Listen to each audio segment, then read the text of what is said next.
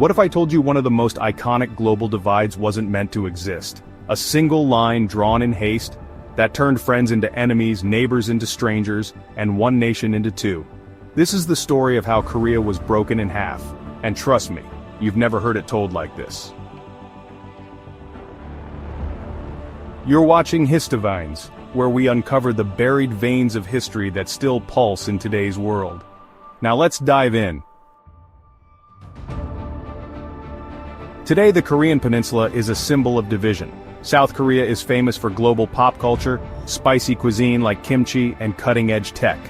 North Korea, on the other hand, remains isolated, governed by a rigid regime. But how did this once unified land split into two completely different worlds? Let's trace the roots. For centuries, Korea stood as one kingdom, but by the 19th century, the eyes of imperial powers turned toward it. Under Yi Ha-young, also known as Daewon-gun, Korea shut itself off, pushing back against Western interference.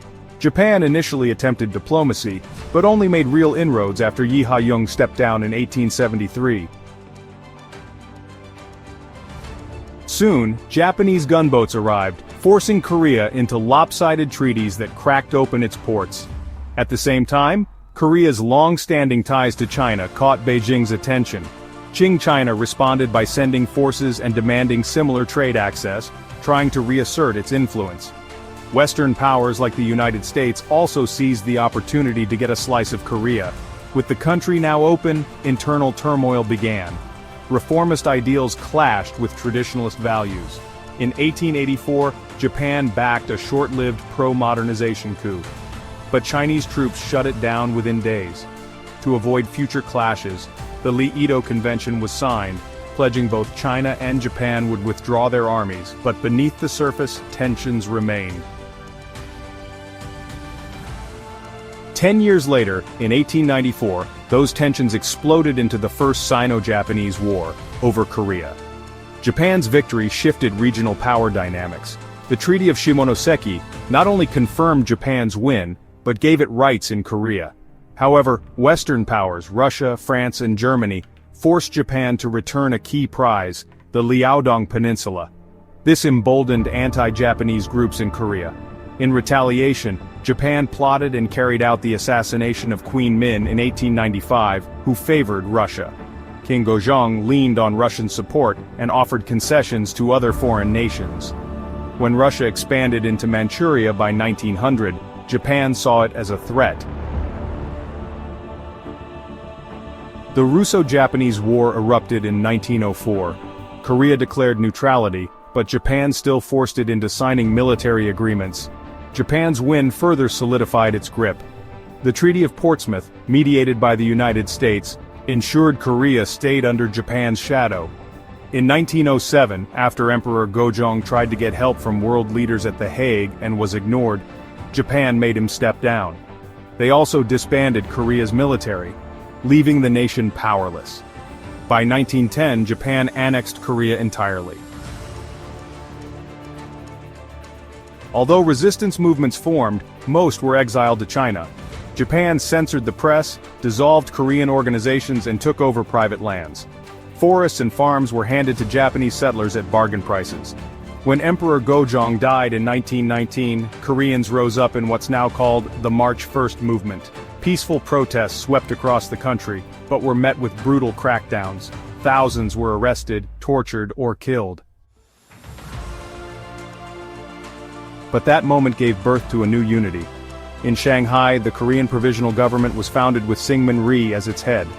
It helped unite resistance groups both abroad and within Korea. In an attempt to cool tensions, Japan dialed back its visible military presence, but not its grip. Korea became a key food supplier for Japan. Rice was exported, leaving locals to survive on barley and corn. By the 1930s, Japan tightened its control again. It forced Koreans to adopt Japanese names, worship at Shinto shrines, and speak Japanese. Korean culture and books were banned. Men were sent to fight in the war, and many women were forced into sexual slavery as so-called comfort women. Still, the provisional government didn't give up. They relocated to Chongqing, declared war on Japan in 1941, and created the Korean Restoration Army. They joined the Allied resistance against fascism and imperialism. In 1945, Japan's surrender finally ended its occupation of Korea. But independence came with confusion. The Cairo Declaration of 1943 promised Korea would be free in due course. But honestly, it gave no clear plan. Korean leaders asked for answers. The United States, however, remained silent. At the Yalta Conference, Roosevelt suggested a joint United States-United Kingdom USSR and China trusteeship. But it was never actually formalized. When Japan fell in August of 1945, Korea's fate was decided in a rush. Under General Order No. 1, Korea was split at the 38th parallel. The Soviets would oversee the North and the Americans, the South. In December 1945, the idea of a 5-year trusteeship was proposed. This really enraged many Koreans, sparking massive protests all across the country. To keep order, the United States formed the Representative Democratic Council in 1946 with Syngman Rhee as its leader. In the end, the Korean War remains a poignant reminder of the consequences of political decisions, and honestly, the enduring impact they have on millions of lives. History is full of these moments. The question is, are we actually learning from them? And that's how one rush decision, splitting a nation along the 38th parallel, shaped decades of division, pain, and power struggles. But this is just one chapter from the veins of history that still pulse through our world today. If this story gave you chills or made you rethink what you thought you knew, don't just scroll past. Subscribe to Histoveins, where forgotten truths, lost empires, and hidden histories come alive. Turn on the bell so you never miss what they never taught you in school. And let us know in the comments, what historical mystery should we explore next? Thanks for watching. Stay curious.